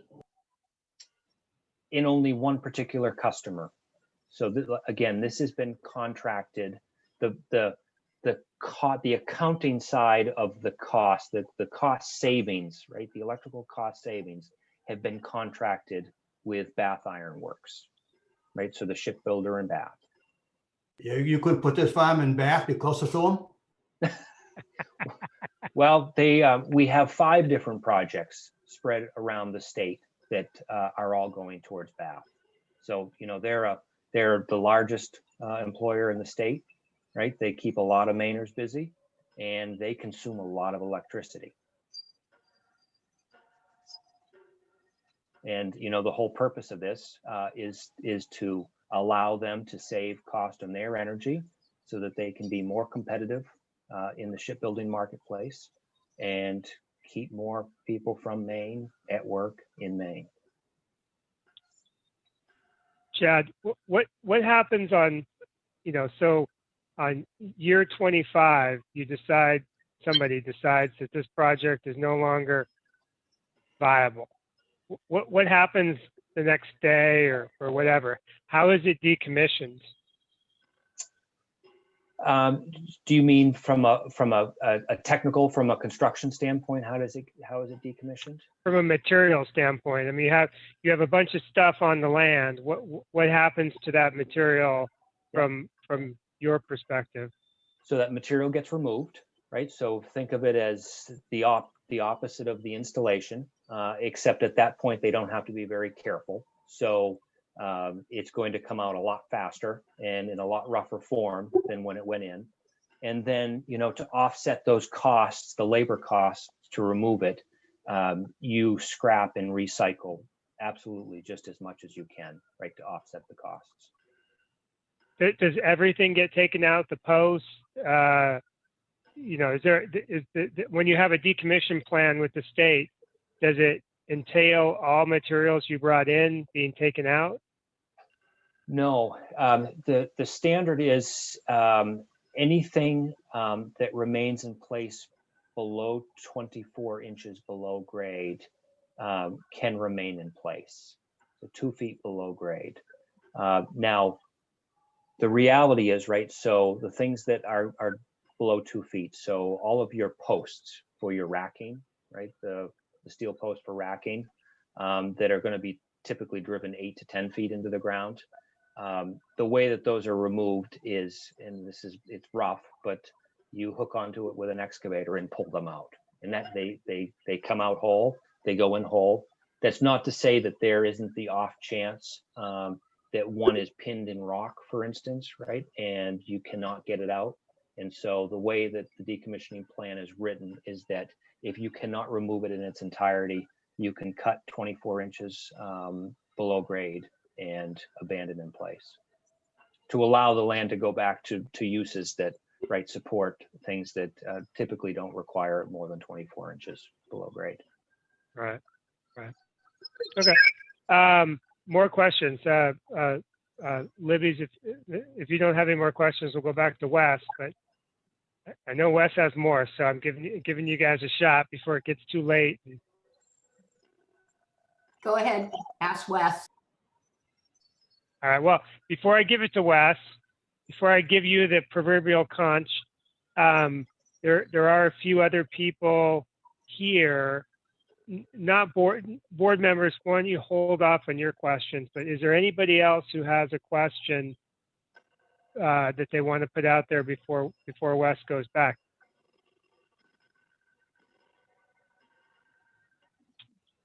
Okay. What? Is Mr. Pelletier coming back with a question? No? Okay, I'm good. just going to shut off Wes- the monitor. Okay. Wes, go ahead. If you have more questions, and then, you know, just in terms of scheduling, once Wes is done, then we'll probably pivot to if the board members have any kind of general questions, we'll put those out there, and then we'll probably only be able to do the public hearing today for this, just because of the time. I would like to save about 15 minutes for the board meeting. We don't have anything really to do. I mean, it'd be great to address this project, but I just don't think we have the time. So if we have a couple other things we have to do at the very end, so I just want to reserve about 15 minutes of time before 9 o'clock. So with all of that, I give the conch to Wes for more questions. That you and Chad were just having about decommissioning. Nobody has mentioned in the past, after 25, 30 years, why don't you just take the solar panels off and put new ones on? You've gone through all the labor of making the stands, the frames, and clearing the land and whatnot. Why don't you just flip the panels? So Wes, I think you have to be closer to your mic. We lost a bit there. I mean, I heard you say, why don't you just do something? Okay, Chad? Yes. What I had asked was a continuation of the conversation you had with David just then about decommissioning the panels and taking all the equipment out. Is nobody has mentioned about when the life of the panel, 25, 30 years is gone, why don't you just take the panels off and put new ones on? All the infrastructure is already there. And, you know, that is always an option, right? It's 30 years out from now, and it's hard to know if the technology is available. You know, could we be from a Model T to a Tesla? and still fit within the frame of the Model T. You know, obviously from an investment standpoint, if you can repurpose and continue to the extent that, you know, the lease agreement, the land agreement allows you to continue, that is a very wise choice, right, to continue. So just, it's a little too far in the future for me. Okay, I want to talk about decommissioning. And I have again the permitting book and section 26. When you get the estimate of decommissioning, it's I'm not sure, Wes, I'm not sure what's going on. Like we heard you pretty good the first time, but you seem to be trailing off. Did you put something over your mic or something? No, it's right in front of me. It's 18 inches away from me. Okay, that sounds better. Okay, go ahead. Okay, I won't go from out directly towards the screen. Concerned about the cost of decommissioning and a few other things. I'm sure the amount you have, $892,000, was figured out pretty accurately by engineers and with a sharp pencil and whatnot. I've been in the construction business for 52 years, and I've been looking from it, and I've spent 40 years of estimating along with it, so I have a little feel for it. I think it's too low. And the reason why is we have inflation coming in. You also mentioned that every 5 years you're going to upgrade the estimate. How much are you going to upgrade it? So just for those folks who didn't hear, I have very acute hearing. I'm joking, obviously, but I heard that Wes cited a particular figure for the reclamation bond, and he's concerned that the reclamation bond is not enough. And then there's some concern about, you know, in terms of readjusting that reclamation bond every 5 years.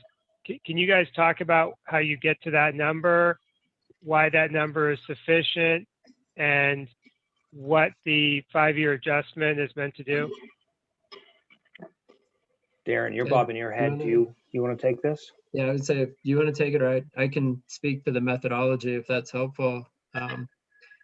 Yeah, so Mr. Sutherland, we do run and have analyzed what's called a reclamation cost estimate as part of our decommissioning plan for every one of our projects. And there are federal rate tables that are used for establishing things like the labor, the number of hours, the opportunity or cost for recycling, the trash, the hauling, transportation.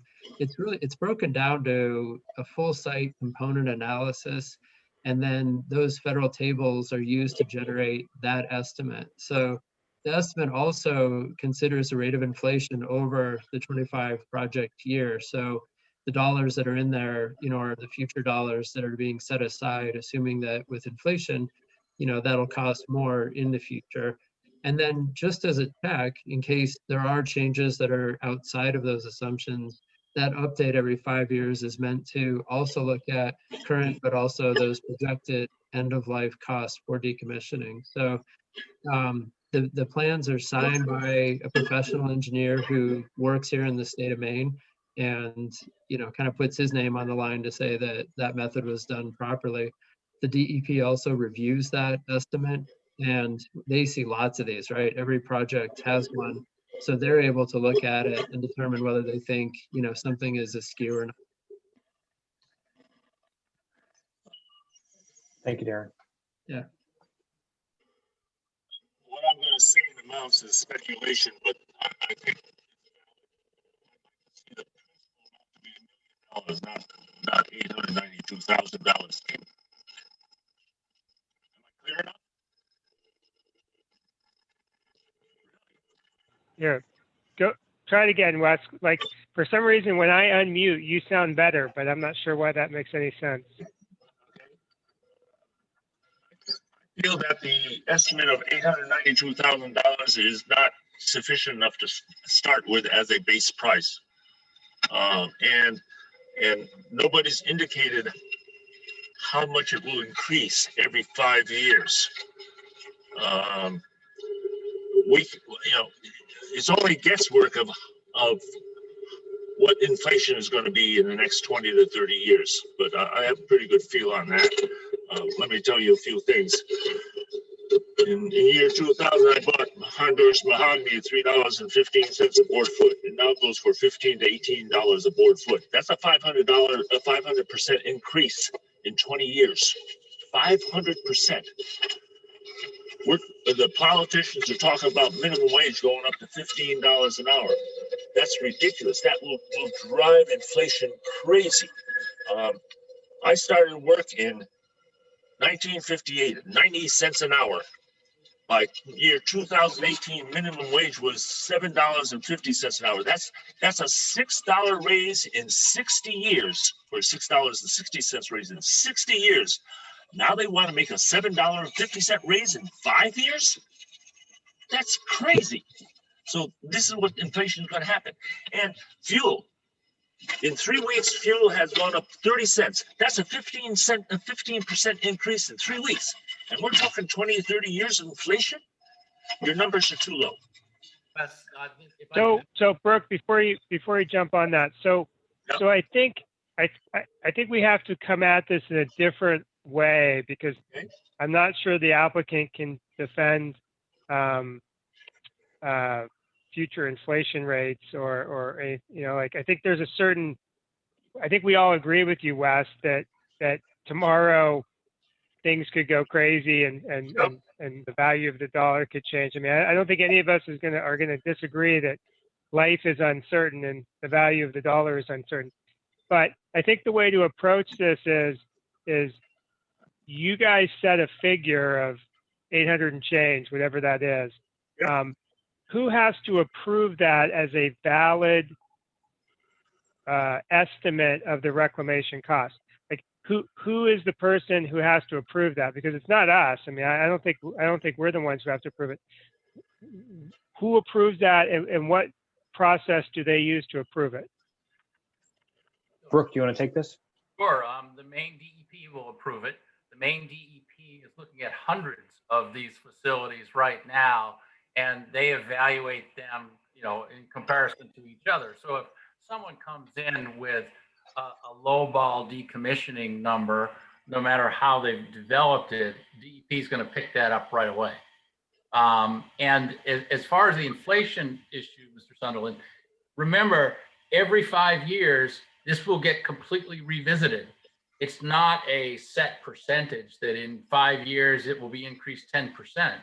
In 5 years, what are the wages? What's the cost of fuel? All those things get figured in to come up with a brand new number as to what it's going to be every 5 years. So by the time you get 10 years or 15 years or 20 years out, it's going to be adjusted based on the cost of everything at that time. And so it isn't set amount. That sounds better. To continue on, we have a page here about financial assurance, section 26, .2.2, financial assurance. I'm going to read you the last sentence. The financial assurance will be kept in place until such time as the decommissioning work has been completed, provided to the extent available of liquid funds. The financial assurance may be used to offset the cost of decommissioning. Okay, that set aside little phrase, provided to the extent available as liquid funds. That sounds like when we run out of money, tough luck, we're gone. You handle the rest of it. Provided to the extent available as liquid funds. And I think that if I can, Chad, I'll stab at that. So the bond may be set up so that a portion of the bond, say in 25 years, the bond is $1.5 million because of inflation, because of the increased cost of things. Yep. It may be set up so that a portion of that bond is available as liquid funds. So maybe $300,000 is available as liquid funds. And so those liquid funds will be used first to decommission, And then the rest of the bonds can kick in to the $1.5 million. So it isn't that whatever cash we have lying around, that's what we'll use for decommissioning. It's if there is cash lying around, use that first and then use the bond second. Okay. My financial expertise is a little short. That sounds like a good explanation. I think I'll take these pages and sit down with the planning board another day. We'll chew on it a little more. Thank you. Do you have any more questions? You don't have to. I'm just asking the. I think I've had enough airtime for a while. Thank you. Okay. So gentlemen, I mean, a couple questions I think maybe the entire board has, and we have about 5 more minutes here on this particular subject. Can you describe what the recent CMP, I'm not sure what you want to call it, disclosure regarding the interconnect, how that, if at all, is impacting this project, and kind of, just let us know that if it is or isn't a concern going forward that we should care about. I mean, I just don't, I kind of understand the issue. I just don't know if it impacts our discussions. Sure, I'd be happy to take that. So, I mean, the long short of it is no, it does not impact these discussions. Is there a risk that our project costs are going to go up? Yes. Do we know what those project costs are? Not specifically, but we've been given a range. We have received confirmation that it will not affect the construction schedule. So the in-service date of those upgrades will not impact our project. So while it's certainly not great news, right, to get an additional cost, nobody wants to hear that. What we have received for information, this project is still viable. We're still pursuing forward, and that the schedule will not be impacted.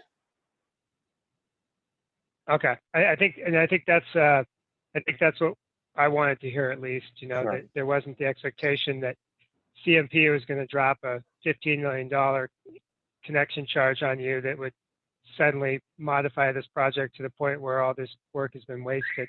No, no, it doesn't sound like that's at least the expectation. No, there's a little bit of equipment that needs to be added to the Baldwin substation, which is just down the street from our interconnection. And technically, what the issue is that when they studied the project originally, they knew that in certain load conditions, generally those substations were designed for power flow in one direction. With the addition of the generator here, there are periods where we'll actually be pushing power back through the substation in the opposite direction. And they recognized that in the original study. What they failed to recognize was that they needed some additional equipment on the upstream side of that substation for some safety. So safety and reliability to detect a fault on that side of the line. So they're working on those technical solutions now. Like I said, we have a preliminary estimate for what those costs are. We're awaiting any day now a written confirmation of those costs, and we've received confirmation that our schedule will not be impacted as a result. And the expectation on this project is that you're going to continue to own it. This isn't a develop and sell off sort of project. I don't think that I can tell you one way or another at this point what that direction will be. So that's for others to decide at a later date. No, that's fine. That's fine. It's just something, something that we always say we don't permit for the people asking for the permit. We permit for the property and the town, and whoever owns it's really not relevant but for the fact that, in this particular project, there's, a significant amount of capital that's going into it. But it's just something I guess we wanted to ask the question. Sure. It is our so- intention to construct it. Yeah. So it's 8:50. My plan was to close the public hearing at 8:50. And so we've completed what is a major step in the process of a conditional use permit. This is often the longest part of the process. And so if the board's willing, I'd like to close the public hearing and then ask the applicant to come back at the next meeting where we will consider the merits of the project and any potential conditions that the board would like to discuss with the applicant. I could foresee a vote at that meeting. As non-committal as that sounds, we just don't know what's going to happen in terms of what the board's questions are. But if the board is if that sounds like a good plan, nod your head. Yeah. Okay. And just note, Joe Pierce is. Come on. What was that? Yes. Yeah. So that's okay with me, David. This is Matt. I'm just on my phone. The crazy 215 number down below. Yeah, perfect. sorry. No, that's okay. No, I understand you were having technical problems. Chad, Brooke, does that work for you guys in terms of planning to come back to the next meeting? Yep, works for us. Okay. For the rest of the board, I believe we received the modified plans with, if y'all remember, there was a slight change that had to be made on the Pigeon Brook Riverside corner that encroached a little bit on the wetlands. And so the applicant modified the construction a bit to get away from that wetland issue. And I have the plans, they were submitted. Those are the plans that we'll be making the decision off of. Brooke, do you have those in electronic form? Were those what you sent out? Was emailed out in electronic form? And I don't want to take too much of your time. I have them pulled up, but I can quickly just show you where the changes were if you want to do a quick comparison. Okay. Then what I sent you were the original plan and the revised plan, so you could do your own comparison. Yeah. So, David, this is Matt, the last CUP found hard copy CUP that I have is dated December 1st, 2020. That's what was handed out when we did the site walk. I think we're going to need an updated one if we're gonna vote on this at the next meeting. Oh my God. What do you think? What do you think needs to be updated, Matt? The only thing I think that's changed is the actual where the project is situated in that one corner. Yeah, but if we just put that document in and then add our conditions to it, that should work. Okay. I think what we're going to do. So, do we have a copy of this PowerPoint? Yes. Okay. Shows you how much I read before we walked in the door. But so, by the way, this is a fantastic PowerPoint. This was as informative as we've had in terms of material for these projects. So, well done on that front. But by the same token, we're going to hold you to it. So it's good to have, but it helps us, in terms of defining the scope of the project. So Matt, I think what we'll do is when we consider the permit, we're going to make a list of the documents that we have Yeah. that from our perspective define the project. And that Who has the electronic version of the December 1st, 2020 CUP? I do, I believe. If you can send that out, it would be good. And can we do should that. probably add this PowerPoint deck to the CUP just as an exhibit. Exactly. That's exactly what my thoughts were. And we can do that at the next meeting, Matt. We can get all that coordinated at the next meeting. So Okay. what I'd like to do is to close the public hearing. I think that's a bit of an executive action, but I think the board agrees. All right. And so now the next step is at the next meeting to consider the application on its merits, and most likely it'll be a virtual meeting again. So if everybody who, from Long Road who believes they should attend, I've got a list of questions. None are that difficult, but I just want to make sure I'm clear on some of the parameters. But I guess we will see you at the next meeting then. Does that make sense? Perfect. All right. So, and you guys can drop off because we're not going to talk about anything regarding your project. I promise. So no insult taken if you drop off. I wouldn't stick around. But so I'll open up the planning board meeting. The Thank you. typical first thing. My pleasure, gentlemen. The first thing we normally do is review the minutes from the last meeting. They were submitted by the secretary via email to the board. I'd entertain a motion to accept those minutes as submitted.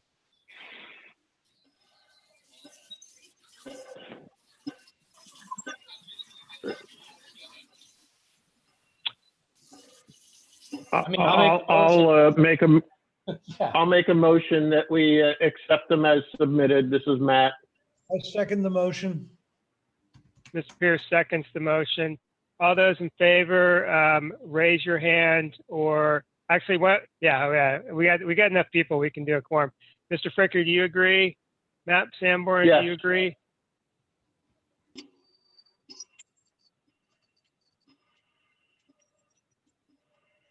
Is Matt Sanborn on the board? He is. He just unmuted and said yes, I believe. So it's unanimous. That's all good. The next thing on the agenda is, well, there's nothing on the agenda, frankly, but the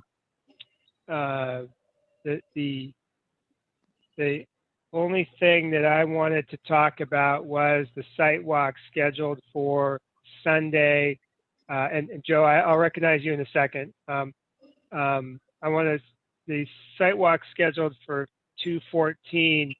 The question is whether or not there's too much snow cover to do it. I would estimate we have about 5 to 8 inches on the ground. Depends where you are, but I think there's at least 5 inches on the ground at my house. David, that concerns me in terms of the amount. It concerns me too, not so much for the ability to traverse, because I bring ski poles with me so I don't fall over again. But I'm more concerned about being able to see where the wetlands and vernal pools and other things like that are, because there was an issue about just building the arrays right over the wetlands, and they were telling us on the lines that the wetlands weren't that significant, and the DEP doesn't have any problem with it, and it just I don't know, that's something that's stuck in my mind, that it didn't sound quite kosher, that I would just like to be able to see a little better. Yeah, I agree. I mean, I think we have we have like three issues. We have one, we have an accessibility issue. While the members of the board may be able to, trudge through 5 inches of snow, there's members of the public who can't. And so I think that's an accessibility issue for people. Two, there are things hidden by 5 inches of snow that in this particular project, I think we want to see. And three, I can't think of a third, but those are two. So, I would suggest that we tell the applicant we need to postpone until there's less snow cover. It sounds like Matt Fricker, you agree. Sounds like Nickel agrees, Joe agrees, Bob agrees. Okay, I will inform the applicant and the Hiram folks that we're going to postpone.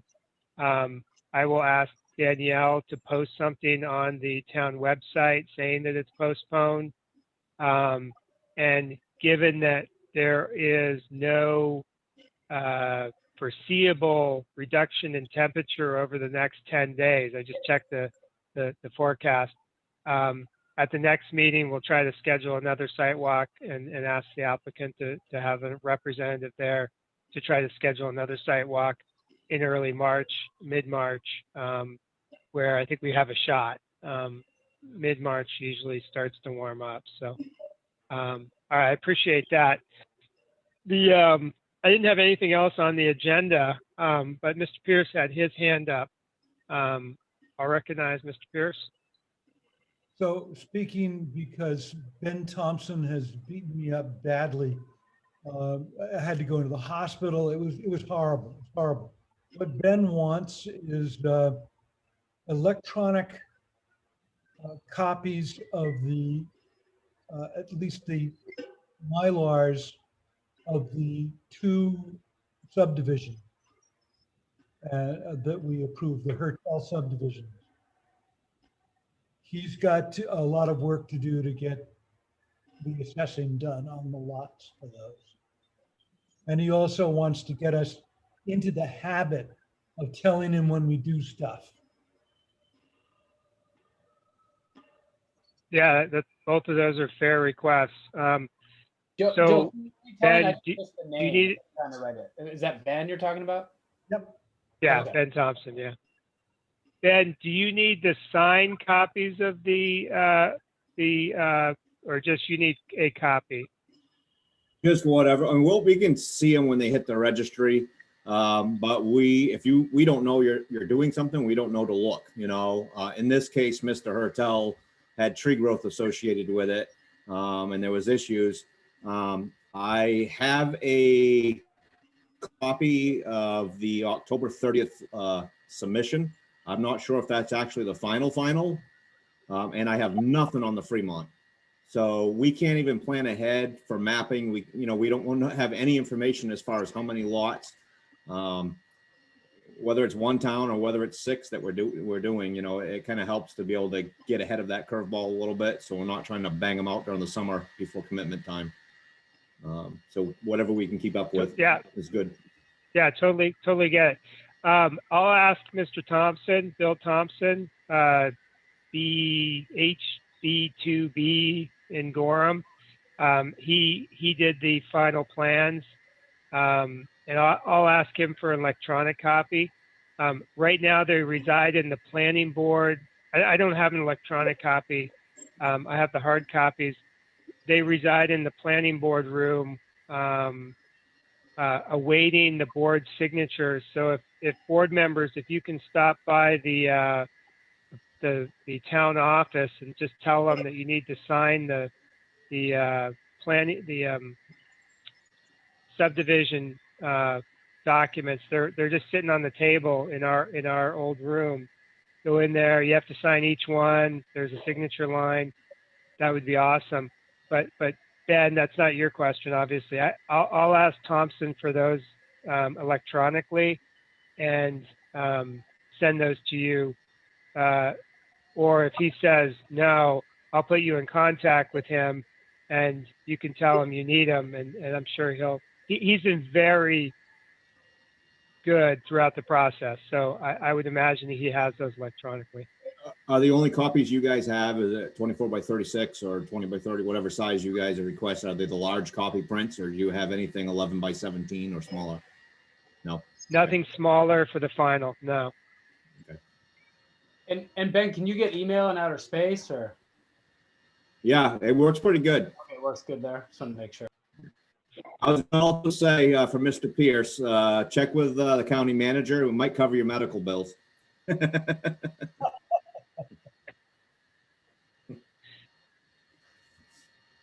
So excellent. And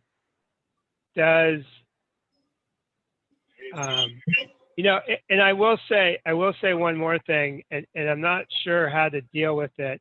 No,